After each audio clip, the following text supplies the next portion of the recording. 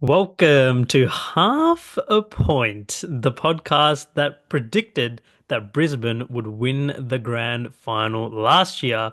That's right, if you went against the spread picks for all the games in the 2025 AFL season, you're in the right place. I am joined, as I will be every week, by my co-host, Carlton superfan, Cuss. Cuss, welcome to season 2025. How are we feeling? Mate, it is incredible to be back. We put in a lot of work in the off season and excited to get going with this again. Indeed, we broke down all the numbers from last season, and we're gearing to go up for this season. We're going to come out with picks every single week for every single game. We're going to break it down all the lines. But while we're still in the preseason, we decided let's break down the regular season win totals for all the non-Victorian teams, which will be today. And next week we'll come out with a breakdown of all the regular season win total over-unders for the Victorian teams. So, as a reminder, if you're new to the channel, which I'm sure that we'll have a few new viewers for this video, please leave a like on this video. Subscribe to our channel. We're also active now on Twitter, TikTok, and Instagram at Half a Point. And also just a reminder to please gamble responsibly. All right. Cuss, here we go. We're going to break down all the win totals for the non-Victorian teams this episode. So we're going to go through all the key ins and outs for all the teams, and breaking down the win total markets set by the market. I guess we'll start with the premiership winners from last year. Brisbane, who are at 14 and a half wins. Hmm. Last year they went 14, 8 and 1. They finished in fifth place, but ended up going on a run in the finals to end up winning the whole competition. Cuss, you going over 14 and a half or under 14 and a half for season 2025 for Brisbane? Um, yeah, well, I mean, if we have a look at the list, there isn't really much changes with like the main team. So that's not accounting draft picks or anything, but just main players. Only Joe Danaher's come out of the team and not really any notable ins there. We're starting off with a tough one. We saw how dangerous Will Ashcroft was towards the end, like towards that second half of the season after coming back from injury, and even winning a Norm Smith medal. So getting a full season in him will be huge for the team. Forward line, I think, will be massively restructured a bit with Danaher retiring. A lot more reliance on Hipwood and maybe the kid Logan Morris. So yeah, it's a tough one really, but with no confidence whatsoever, I'm going to say unders. Under 14 and a half wins for the premiership winners.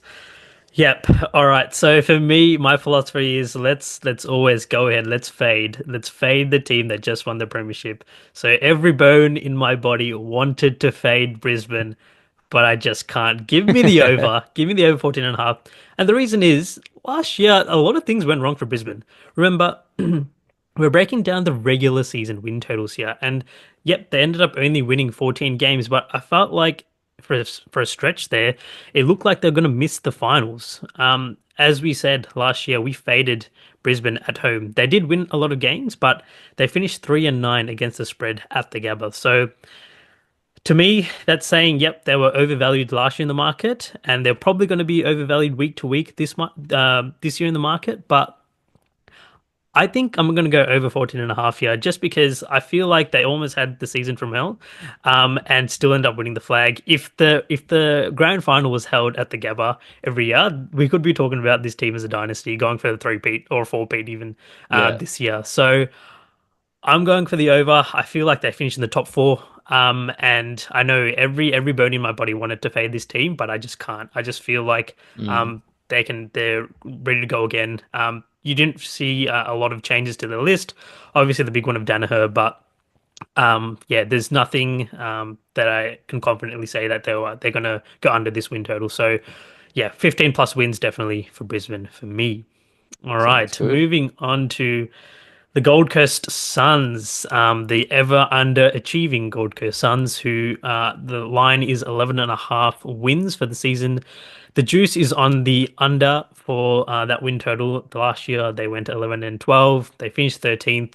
Um, they also finished 11 and 12 against the spread as well. So for me, with this team, everyone is talking about how good their list is with all the young draft capital they've accrued over the years. But at the end of the day, it's Gold Coast, and we know Gold Coast just doesn't win and doesn't get into finals. I'm not going to overcomplicate this too much. I'm going with the under. I want to see it before I believe it. Especially with a team that's it's just a losing sort of club. I know they got dimmer, but nothing really changed last week. Sorry, last year. Yes, I know it's his second year in the system, and there's a lot of chatter around their game style, sort of becoming more detailed, etc. I think that's all a little bit of rubbish. Give me the under 11.5. They were really successful at home last year. They're really unsuccessful away from home last year. I feel like they'll still be not that great away from home, but Hmm. I mean, remember they beat Geelong at home, they beat Collingwood at home, they beat some really good teams at home last year. Um, Give me a little bit of regression on that front, so give me the under. What do you think? Yeah, so they've brought in John Noble and Daniel Rioli, so they've really improved their run off like that half back off the half back. And we know their away record was atrocious last year. So on paper, they've got a good list that can definitely compete with the top eight, and they've had another preseason with Hardwick. So you'd think that this is the year that they crack the top eight with 13 to 14 wins, but Every year we like you think said, man, tr every I year. truly don't think that they'll be able to pull it off. So yeah, I've hopped on the unders as well here. Yeah, like it. Every year it's Gold Coast year to make finals, and every year they Yeah. underachieve. So, pretty stock standard. Again, watch this be the year that they surge. But no, we can't back their overs here. Yeah. Moving on to Frio, their win total is at 13.5 wins. The juice is on the under. Last year they went 12, 10, and 1, and they finished 10th, just missing out on the finals. They went 13 and 10 against the spread, so pretty similar to their win-loss record, but just over, sorry, 50%. I'm going with the under for Fremantle, under 13.5 wins. This team is the public darling of 2025. This team is last year's Adelaide. Everyone just assumes just because they just missed out on the eight last year that they're going to win all those games that they won last year and win just enough games to get into the eight. That's not how it works, guys. Like this team has so much pressure on it for a team that finished outside the eight last year. I think we're going to get some headlines from what's the coach, Justin Longmuir. Mm. He's going to be on the hot seat, I think, all season when they don't get off to a great start. Yeah, this again, like I know they have a good list. I know they're quite stacked, but give me the under on this one. What do you think?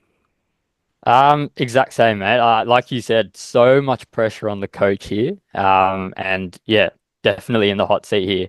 I think, they've definitely improved their list with bringing in Shy Bolton. And we saw how they a lot of people have been slamming them for how they performed against the Indigenous All Stars, and I Mhm. don't think they're going to get much better than that. Yeah, right. They were missing Luke Ryan and Alex Pearce, but you know, I don't think they would get too many wins compared to last year. I think if anything, they'll fall a little bit more. So yeah, I've jumped on the unders here as well. Yeah, just remember they went 5 and 1 against the spread as an away dog. They beat Sydney away from home. That's one of their notable wins away from home. And they went 5 and 4 as a home favorite. So Mm. pretty average. This is an average team. It's not a winning culture. Give me the under. All right, moving on to West Coast, whose win total is at 5.5. The juice is on the over. Um, the 2024 record was 5 and 18, so right around where the line is for this year. They finished 16th, so yeah, third last. And against the spread, they went 10 and 13, so pretty mediocre, under 500, kind of what we expect. Cuss, where you going? This was a tough one as well. I feel like they've they've brought in experience, but they've also lost a lot of experience. So they lost Tom Barris, which is a huge loss for them. He's Hmm. one of the best defenders in the league. Jack Darling, they've lost as well, and Andrew Gaff, who was he was on and off, but he was definitely like had a lot of experience with him. Um, they've brought in Liam Baker from Richmond. So they're expected to win 5.5. I don't think that they can get there. I think they'll just fall short with 5 wins, which they'll struggle to get. So I've jumped on the unders here. Um, but yeah, not too sure. What about you? Um, yeah, it is a little bit of a tricky one, this one. I don't really have a strong position. I'm not as strong as I was on Fremantle as I am on Mm, West Coast. If I had to pick a side, I'd go with the over just because they went 0-3 as home favourites last year. I don't really expect that to continue. They were really poor on the road last year. And but they were really good as home dogs last year, which I sort of expect to continue at Optus. I think they have a good enough list. I think Baker's a big in. I know one player doesn't really move the needle too much, but he's a good player. Coming from a winning culture, has experience. So Harley Reid, there's a lot of talk about second year blues for him, which I don't actually hate that chatter around him. I think Kane Corns is actually spot on with this one. mm, I don't usually agree with what he has to say, but I think he's right about this one. I think he does have to watch himself. He's quite hyped up after all those highlights last year. I don't expect him to have the same season, but I think as a team, can they get to 6 wins? 6 wins out of 23. It's a lot of games to lose. I think they can. Yeah, I just think they get there, but again, not a strong feel. yeah. All right.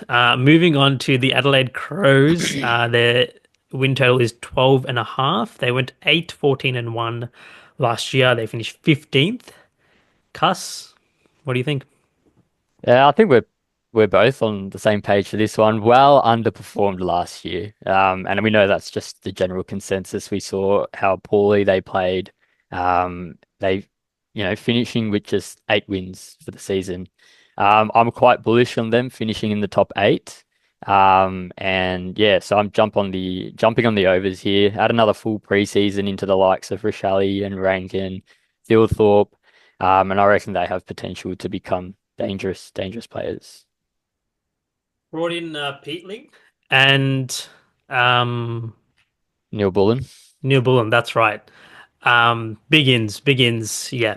Give me the over 12.5 for Adelaide and give me Adelaide to make the top four next year. Oh, Even you could even bet them to win the minor premiership. But I'm all over Adelaide. We're an Adelaide Crows podcast. If you're new to the podcast, we're an Adelaide Crows podcast this year. We're going to be all over Adelaide this year. They went 11 roughing and them. 12 against the spread last year, just under 48%. I felt like they felt worse than that. They ended up covering a lot of games towards the end of the season when we jumped on them week after week. After they yeah, greatly underperformed in the first half of the season. Yeah, 12.5 is you can see it's a pretty smart line. They only won 8 games last year, so the books are pretty sharp. But I still think it's a little bit too low. I do think they're obviously going to win.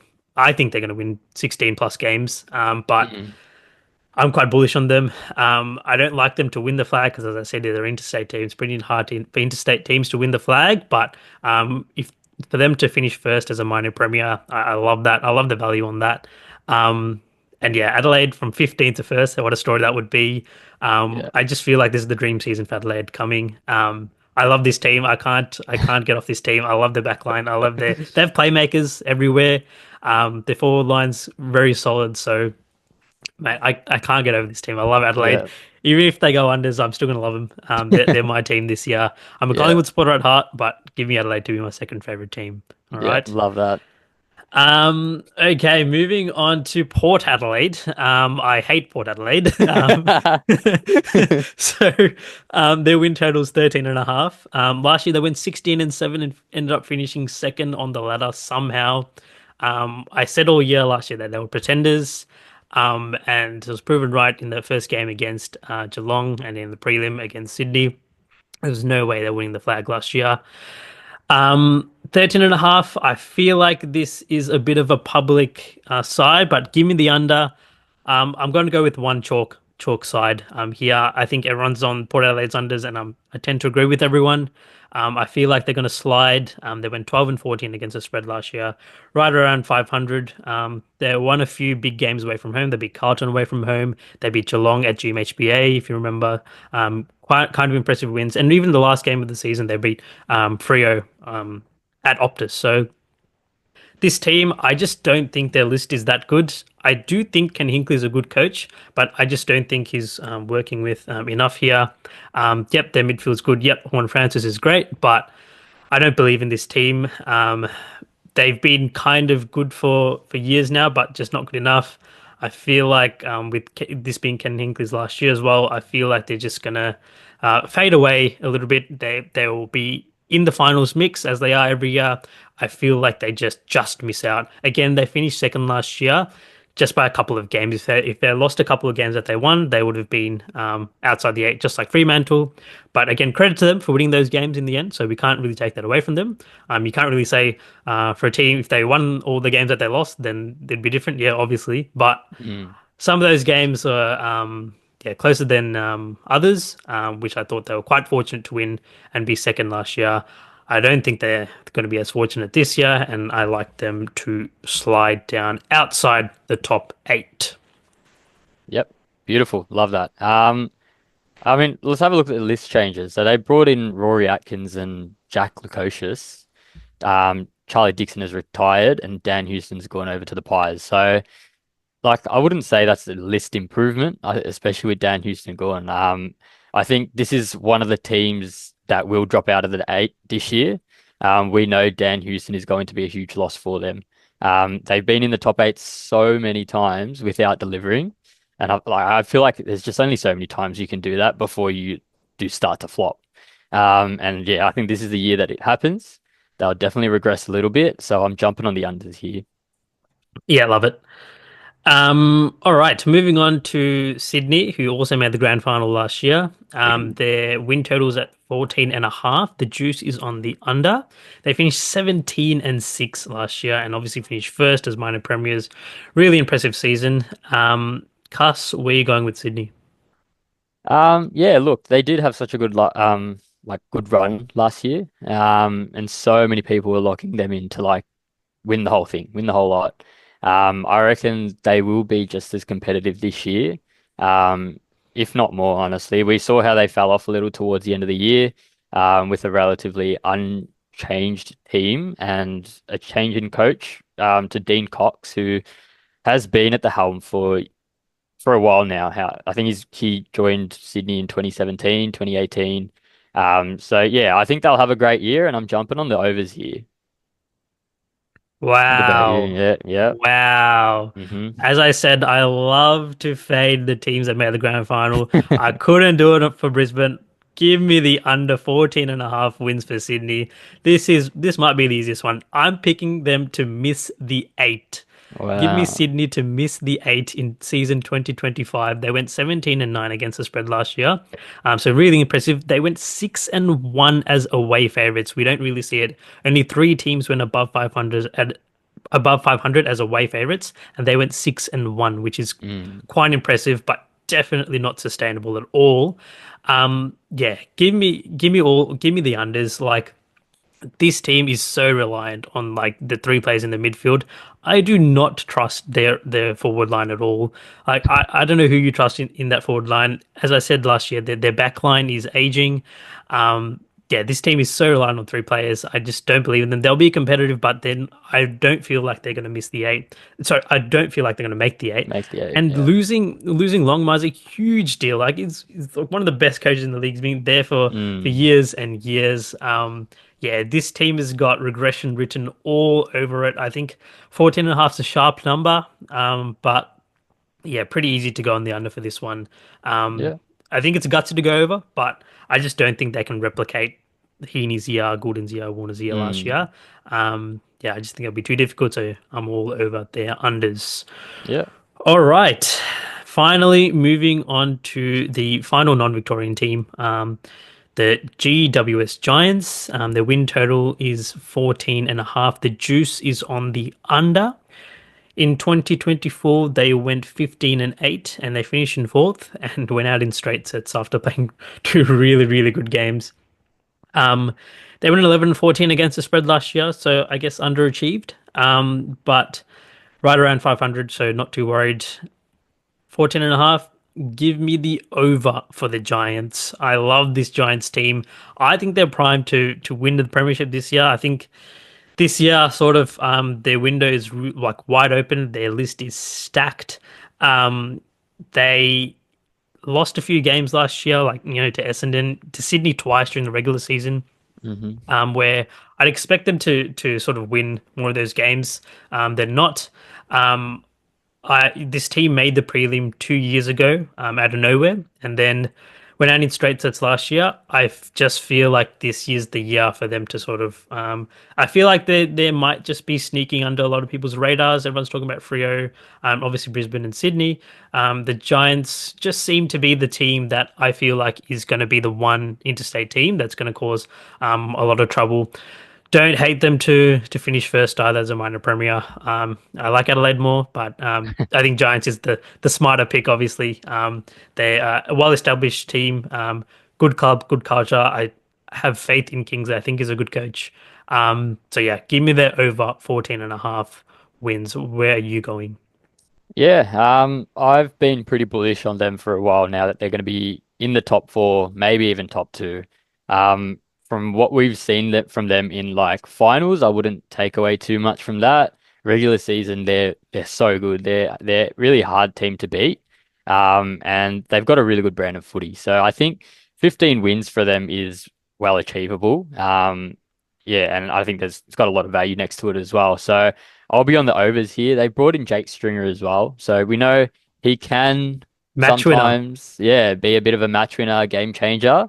And they've lost Peatling, Perryman, and Haynes. So I think it's not too much of a loss for what they've gained. So yeah, definitely on the overs here. Love it. All right. So that is all the non-Victorian teams. So I'll go over who I think who made the eight last year, who's going to sleep out. So from the teams that made the eight last year, I got Port and Sydney sliding out, and I've got Adelaide coming in. And yeah, all the other teams will be Victorian teams for me. How about you? Yep. So out of the non-Victorian teams, I've got Port Adelaide being replaced by Adelaide. Nice. So yeah, pretty much the same except Sydney. Yeah, okay. Okay, yep. Very nice. Very nice. So you still got Sydney in your eight, and the rest of the teams that were in the eight last year, you got in the eight, and you got Fremantle missing the eight again, right? I think that's a Yeah, yeah. Fremantle's in a lot of people's eights, I think, but they're not in either of ours. And we went 57% against the spread last year as a team. So you'd want to be backing us. Pros go 56%, as we say every episode. So we beat the pros last year. Let's see if we can do it again, or let's see if we regress ourselves. All right, Cuss. Episode one in 2025 done. We're going to be breaking down the Victorian teams' win totals next week. The week after will be opening round, where, as I said, we're going to be breaking down the lines for every single game of the season. Cuss, closing thoughts? Oh, mate, I'm looking forward to this season. I feel like it's just been such a long wait. But yeah, definitely excited to kick into it. Exactly. Footy is not too far around the corner. As a reminder, please leave a like on this video. Please subscribe to our YouTube channel. Follow us on our socials. Thank you for joining us and see you next week. See you later.